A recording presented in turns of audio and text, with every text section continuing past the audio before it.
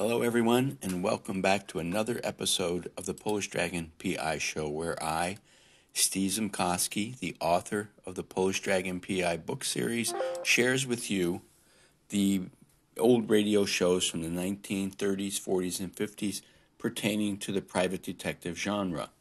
This week, we're going to have the San Francisco-based Candy Matson, private investigator, in the Fort Ord Story.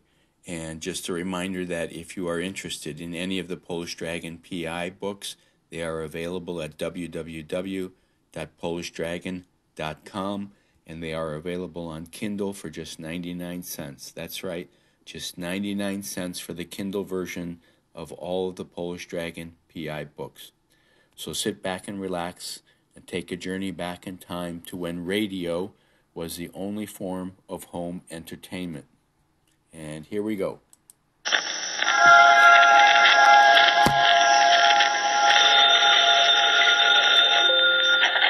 Hello, Yukon 28209. Yes, this is Candy Matson.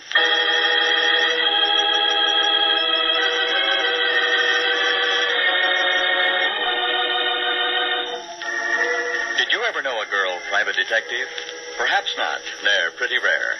Well, we've got one. Candy Matson is the name. And she's both pretty and rare. Figure, she picks up where Miss America leaves off. Clothes, she makes a peasant dress look like opening night at the opera. Hair, blonde, of course. And eyes, just the right shade of blue to match the hair. You're expecting more? All right, let's meet her. She's on the phone now. In her penthouse on Telegraph Hill in San Francisco. Hello, Candy Matson. Well, bless my ever-loving little old serial number, Candy Matson. Watch out how you go tossing your serial number around, Pally. Who is this? Candy, hope you remember me. This is Sergeant Kenley down at Fort Ord. Kenley the gallant, the GI who filled my slipper with beer and drank it. That's me, the poor man's Diamond Jim Brady. Sure, I remember you. I met you when I was down at Fort Ord with the USO. What's on your mind, Kenley? Oh, wait a minute, I'll put it this way. What's new? Oh, like this is new. We're having a big shindig at the Senior Non-Commissioned Officers Club tomorrow night. You were elected as the girl most likely. Finish the sentence. Okay, as the girl most likely to be the queen of our ball. Oh, Kenley, you mad lad. I'd adore it. But what would I do for a chaperone? What? Don't play dull. You heard me. Oh, sure. Well, why don't you bring your mother? Wonderful idea. And I know just the fellow. Roger, Kenley. I'll report to the orderly room sometime tomorrow afternoon at Fort Ord.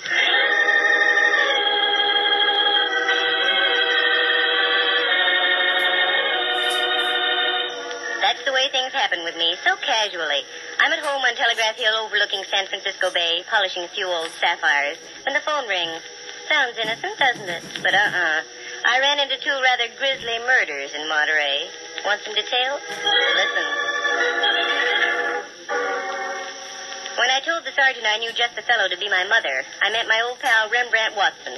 In former days, Rembrandt, an A1 photographer now that he doesn't imbibe, used to see double by noon, triple by 4, and complete darkness by 8. One night the darkness became too dense and he suddenly saw the light. That's when he threw all his bottles out the window. Of course, he was arrested for disturbing the peace, but he hasn't touched a drop since. And when I mentioned Rembrandt as my chaperone, I wasn't fooling. He's been like a mother to me many, many times. He was just back from his vacation, so I got in my car and drove over Powell and down California Street. At Grant Avenue stands Old St. Mary's, and on the bell tower just underneath the clock, there's a sign that says, "Son, observe the time and fly from evil." I'd seen it before, but somehow that afternoon it had an added meaning. I parked my car and went across the street to Rembrandt's apartment. Candy. Rembrandt, you old dear, how are you? Wonderful, just wonderful. Darling, you're looking simply grand. I'll slice it thinner, Rembrandt. You've only been gone 3 weeks. Oh, sorry, dear. So come in, won't you? I'm just having some tea. Won't you join me, Candy? I'd love it. It's all ready. So bleep, bleep, bleep, bleep. Bob. Wait a minute. What was that again? In case you don't know, Dove, that's Bob.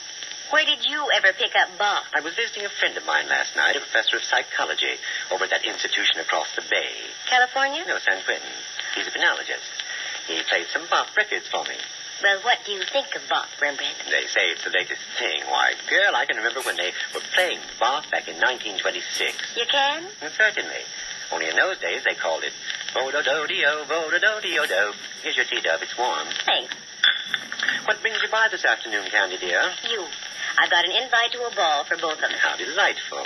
I'll get my Grand Marshal's uniform out of my trunk. It's not that kind of a ball, Ducky. It's just a dance for soldiers at Fort Ord. Fort Ord? That's down in Monterey. That's right.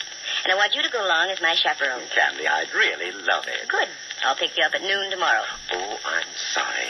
I have an appointment at 2.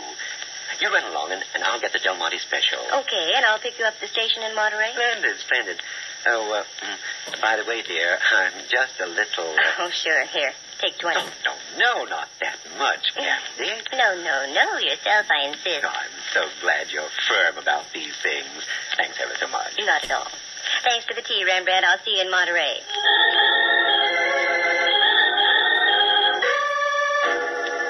I gave Rembrandt a little chuck under the chin. He quivered his bushy eyebrows, and I left. If I was going to be queen of a military ball, I had to get some royal raiment. I picked up a mantilla and a strapless evening gown you had to hold up by sheer concentration and deep breathing.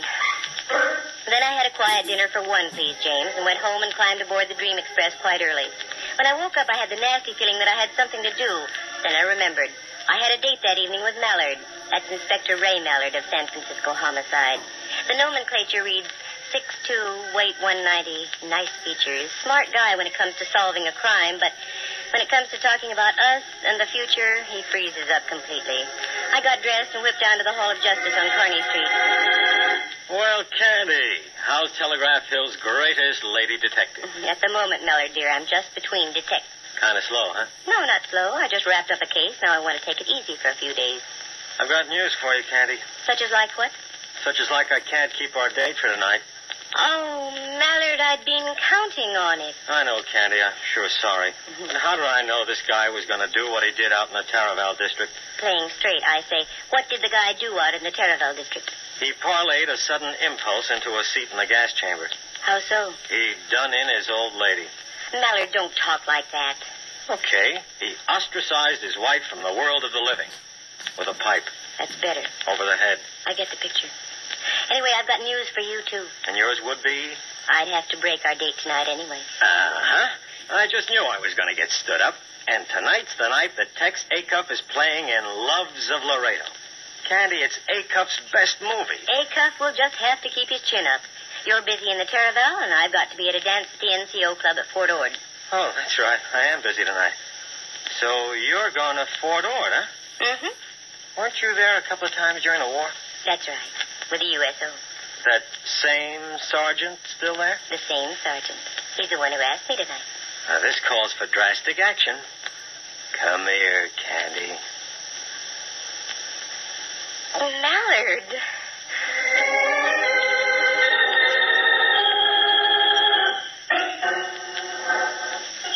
It was one of those rare moments.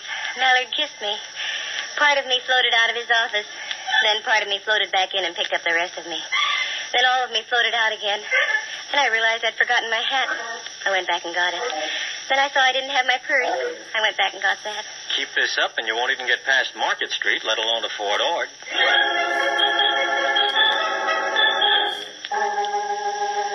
That Mallard, he can do the sweetest things sometimes. That was one of them.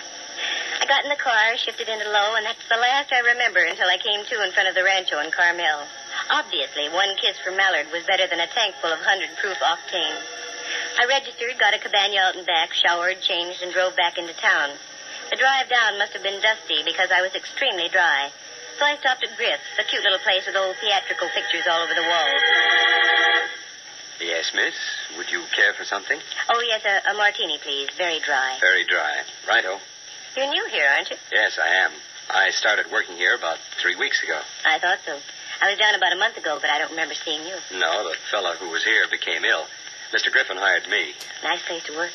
Oh, yes. It's very enjoyable. Here you are, miss. Thank you. I know you don't know who I am, but I'm a very good friend of Mr. Griffin's, and I came away without any money. Could you cash a check for me? Well, I don't know. I'd like to, but do you have any identification with you? Oh, yes, of course. Here, my driver's license. Matson. Candy Matson. Mm-hmm. Now I know why I thought I recognized you. Aren't you presiding over the dance tonight at Fort Ord? Well, yes. Why? I saw your picture in the paper yesterday. Yesterday? What? I only knew about it myself, yes. Oh, that Kenley, what an operator. I'll be happy to cash your check, Miss Matson. Good. I'm going to need it. A queen has to scatter a little gold amongst her subjects. The lad cashed my check, and I left for the fort. I drove out past Seaside, then on past Ord Village and onto the reservation itself. The guard motioned me through the south gate with a wave of his hand and a... Yep, still the same old Fort Ord. I wove my way through the streets and finally pulled up in front of the senior NCO club. As I got out, there was my pal Kenley coming down the steps, in his fatigues yet. Oh, Candy, you beautiful thing, you. Don't you beautiful thing me, Sergeant Kenley. What's the matter? You know what's the matter. They printed a picture of me in the Monterey Herald yesterday. Well, what's wrong with that? What's wrong? When the paper came out yesterday, I hadn't even heard about your wing-ding tonight. Oh, don't be mad, Candy. I've never seen you say no to a worthwhile cause yet. This is a worthwhile cause? That's right. Every cent we take in, we're turning over to the community chest. Oh, well, that puts a different light on it. Oh, I knew you'd see it that way. Mm-hmm. Wait a minute. You don't charge for these NCO dances. How are you getting any proceeds out of it? Oh, I didn't tell you, did I? Every half hour we're having a raffle. The highest bidder gets a free dance. With you. Oh, that Kenley. Well, it was getting dark, and the Del Monte special with Rembrandt aboard would soon be pulling in. So I went back to Monterey. All of a sudden, I decided to play games. About a mile from town, the train stops at Del Monte itself. I thought it might be cute if I went back, got on the train there, and met Rembrandt that way.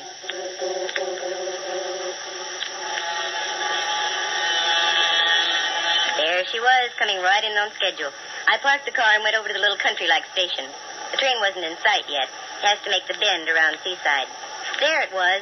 Now the headlight was sending its beam down the shining rails. It stood out like a beacon in the Monterey twilight. Then I saw it. The glare of the locomotive's light picked up the crumpled body of a man. It was stretched across the tracks in a grotesque manner. Suddenly, my mind flashed a signal to my feet, and I moved. It was a man, all right. The train was getting closer. I grabbed him by his lead-like shoulders and tugged. He wouldn't budge. I tried again, but still no luck. I looked down in desperation. That's when I saw that one of his feet was jammed between the rail and the tie. I gave a yank, and the foot came free. Then I grabbed him by the shoulders again. He must have weighed over 200, but little by little I was getting his body over the rails and off under the shoulder. Finally, I made it, just as the Del Monte rolled by.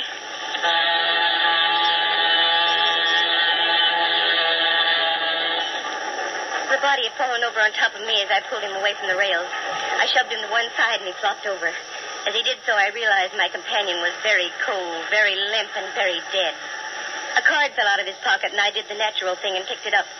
By that time, the train was pulling out. I tried to catch it, but it was too late. It was only a mile into Monterey, so I left my cold friend and drove in after the train. I got snarled in a traffic jam just before I made the right turn in at the station, so Rembrandt was waiting for me as I drove up.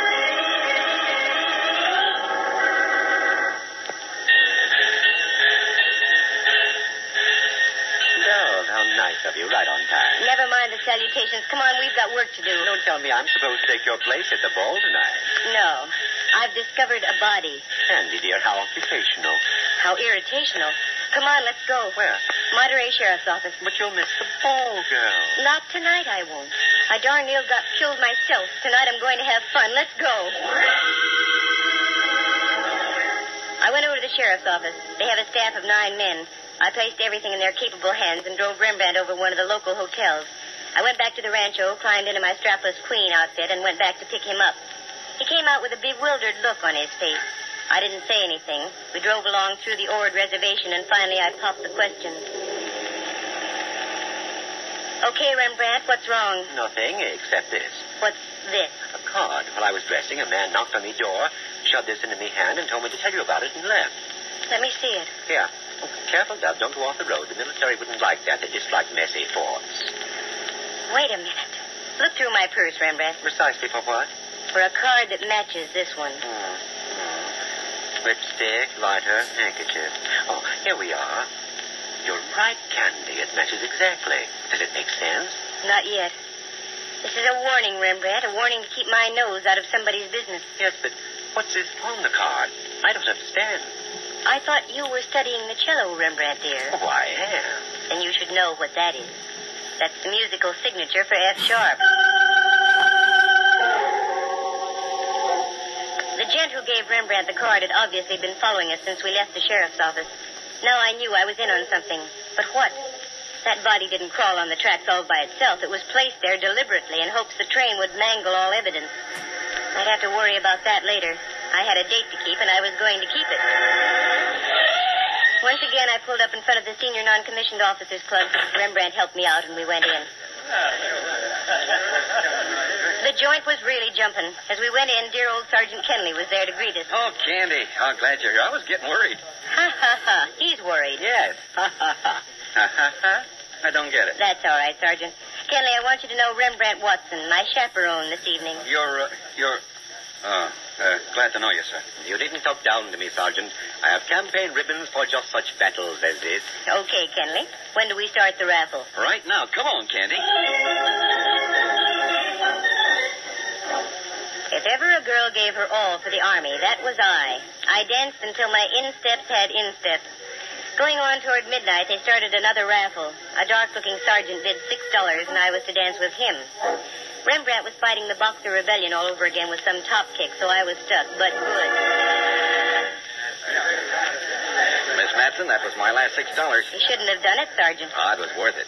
But if you don't mind, I'd rather not dance. Sergeant, for those kind words, I make you a lieutenant. No, thanks. I'd rather be a sergeant. But would you mind walking outside on the terrace? It's awfully stuffy in here. Sergeant, it would be a pleasure, believe me. We went outside. The night was strictly Monterey-ish, sparkling with stars, not warm, not cold, and a slight smell of sardines in the air. That's good. That meant the canneries were working. But speaking of the smell of fish... Let's go this way, shall we? Why? There's a beautiful view of the entire bay from over here. Look, Sergeant, I only came down here to I dance... said come with me. What? You're hurting my arm. Now, wait just a minute, Sergeant. No, you wait, Candy Matson. I know who you are. You had to come down here where you weren't wanted. You don't seem to understand that I You was... find a body on the tracks, and you ended up with 2 cards that were identical, didn't you? Give me those 2 cards. I haven't got them. Don't give me that. Where are they? I don't know what you're talking about. I haven't got any cards. Okay, sister, you asked for it.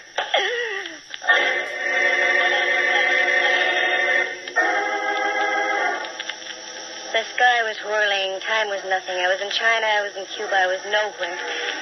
Suddenly, things came into focus. I was out in back of the club, and Rembrandt and half a dozen GIs were standing over me. There, Ducky. You're going to be all right. What happened? I got slugged, that's what happened. And the rat only bid $6 for the privilege. How do you feel, Down? Terrible. Oh, Candy, I feel terrible, too. I don't know how this could have happened. Hi, Kenley. Oh, my head. Oh, gee, I just can't apologize enough. That's all right. I came down here to be queen of the ball. I got crowned, didn't I?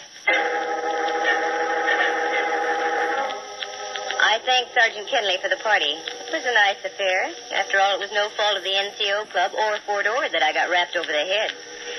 So I got Rembrandt in the car, and we drove back into Carmel. Rembrandt was quite concerned. He suggested that we stop and I have a touch of brandy. I didn't argue. We went into grip. Good evening. You wish something? Yes, please. Brandy for the lady. Lemon Coke for me. Brandy and... What was that again? Glass of water. A glass of water, yes. Hold it. You weren't here this afternoon. No, I work the evening shift. Frankie's here during the afternoon. Frankie? That's right. Frankie Sharp. That's when Roman candles went off and bells started to ring.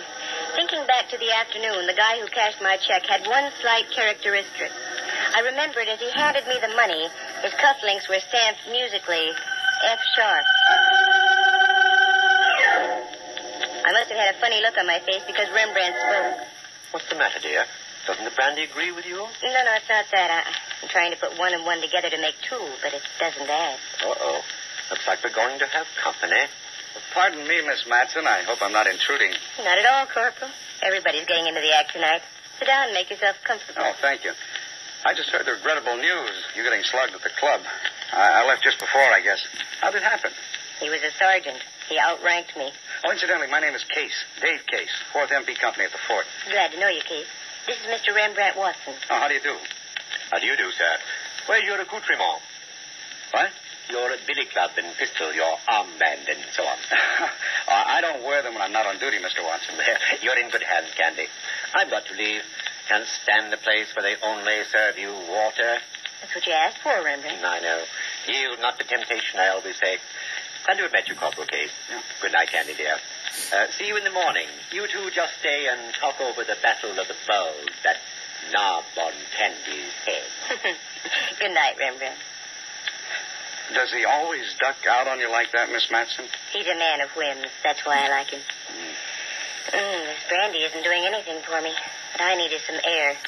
Corporal, do me a favor and walk me down to the beach and back, will you? Why, I'd be delighted.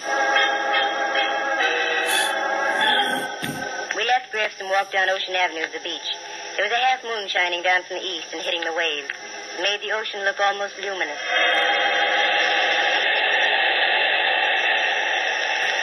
Feel a little better, Miss Matson? Yes.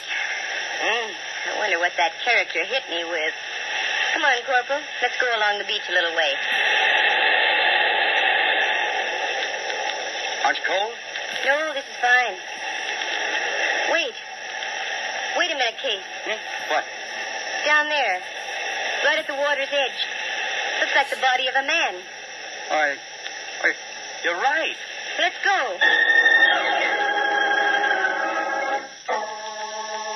We ducked around a clump of brush and hightailed it down to the water. Sure enough, it was the sprawled figure of a man. Every time a wave came in, the body would change position, setting new patterns of crumpled legs and oddly shaped arms. Give me a hand, Case. Help me roll him over. Okay. There. Hey, look at this. What, Miss Matson? Do you know who this joker is? This is the lad who flattened my skull at the dance tonight. Well, I'll bet he's awfully sorry he did it now.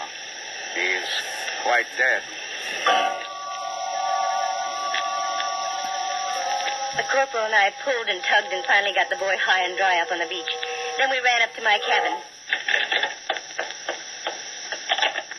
Operator. They must have closed the switchboard for tonight. Well, you wait here, Miss Matson. I'll run up into town. There's usually a prowl car there at this hour. Okay, but hurry, Corporal. Kay slammed out the door and I was left alone. I walked over to the cabinet, got a cigarette and lit it. Thoughts were going through my head like a roulette wheel, but none of the thoughts were dropping in the right slot. Then suddenly... Did you ever get the feeling you weren't alone? That a pair of eyes was watching your every move? I wheeled around. There he was, standing over by the closet door. Good evening. My bartender friend of the afternoon. Enjoying your cigarette, Miss Matson? Yes. Yes, I am, Mr. Sharp. Fine. Drag on it. Drag deeply. The last drag always tastes the best. What's on your mind? You've been on my mind ever since you pulled that body off the tracks this evening. Was that one of your jobs? Oh, yes. Hadn't you surmised by my musical signature? Wasn't that being rather dramatic? I don't think so. All great artists sign their work. Why shouldn't I? I came here to paint. But they only laughed at me, jeered. So I decided to paint in a different manner. It was beginning to pay dividends, too. But you and the others, you had to spoil it. I could have been big. Do you understand? I could have owned this whole country. Oh, no, Frankie. You leave too many of your cards around. Recognition. There has to be recognition for everything done in this world. Look. Here. I've got another F-sharp card, Miss Matson. So I see. I made it especially for you. About an hour ago. Is that when you held your pal's head under the surf down there on the beach? Shortly after, yes. And now I shall have to work fast, won't I? Your corporal friend with the muscles will be returning with the police. Over there against the wall, Miss Matson. You can't get away with this, Frankie. I think I can. You see, everything I touch must either live or die. In your case, it's too late for the former. So die you must. Corporal! Get back, Miss Matson. This guy's nuts. Looks like I'll have to add another. Oh, Corporal, you all right? just got me on the shoulder. All right, Mac. Try this. Hang slam. Never mind that. He's going to drop that gun right now.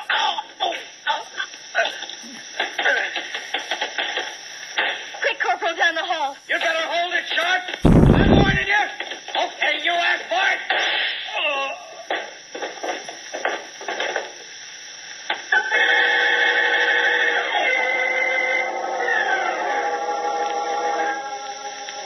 F Sharp was quite flat, there at the bottom of the stairs. N Sharp, being flat, was a natural. He looked awfully good that way. All I can say is I am terribly grateful for Fort Ord's highly efficient MPs. Case had ducked out to get the police, but halfway down the stairs he heard Sharp's voice in my room. He tiptoed back and listened just long enough outside my door. Just as Frankie had leveled his pistol at my head, Case broke through and wrestled the gun out of Sharp's hand. Oh, the rest of the facts? Well, I've got the dissa and data right here. Frankie Sharp was a wise boy. He was dishonorably discharged from the Army in 1946. He came to the Monterey area with a complete load of Army uniforms, fatigues, and general equipment. He set up a little ring of other ex-GIs with bad records, all dishonorably discharged also, all professional gamblers. On Army paydays, he'd rig his mob out with GI uniforms.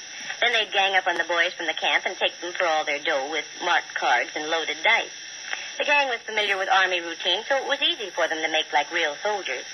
But Frankie Sharp was keeping too much of the loot for himself, so he decided to set up a new gang. One by one, he had his boys marked for sudden and violent death. The first was the guy I pulled off the tracks. Sharp and the fake sergeant who slugged me were parked up on the highway watching to see the Del Monte special put on the finishing touches. When the gag misfired, they followed me, found out where Rembrandt was staying, slipped him one of their business cards as a warning for me to stay out.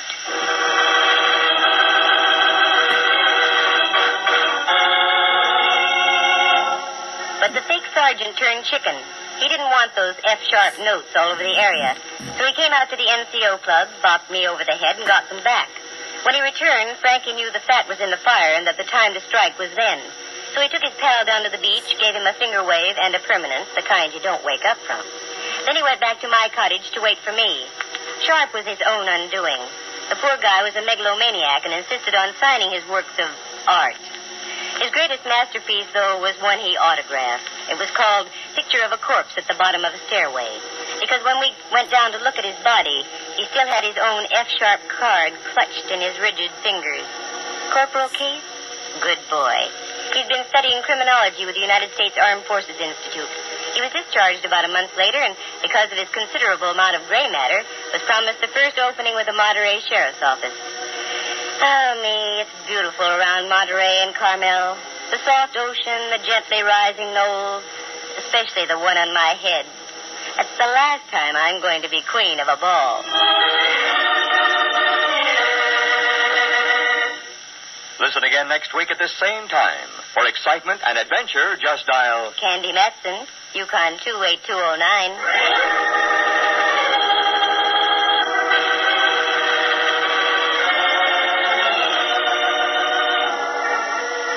Heard tonight were John Grover as Sergeant Kenley, Lou Tobin as the pseudo-sergeant, Kurt Martell as Corporal Dave Case, and Jerry Walter as Frankie Sharp. Henry Leff is Inspector Ray Mallard, and Jack Thomas portrays the role of Rembrandt. The program stars Natalie Masters as Candy and is written and produced by Monty Masters. Eloise Rowan was at the organ, and sound effects were created by Bill Brownell and Jay Rendon. Corporal David C. Case is an actual person.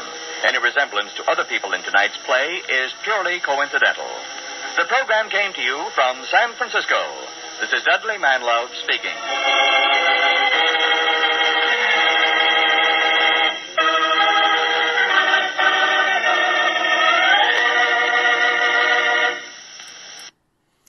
And that ends another episode of the Polish Dragon PI Show.